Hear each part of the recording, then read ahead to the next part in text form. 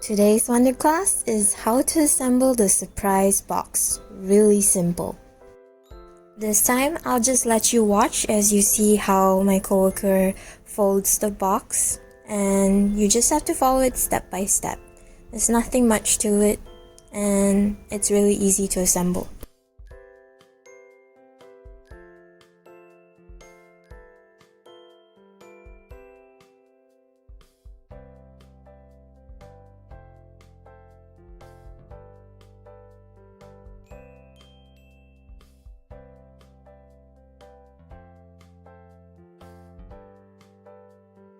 Here's the lid up close. As you can see how it's folded in, flaps are in, and this is how big the box is. It's really fun and you can do a lot of creative things with it. Just don't get lost inside the box.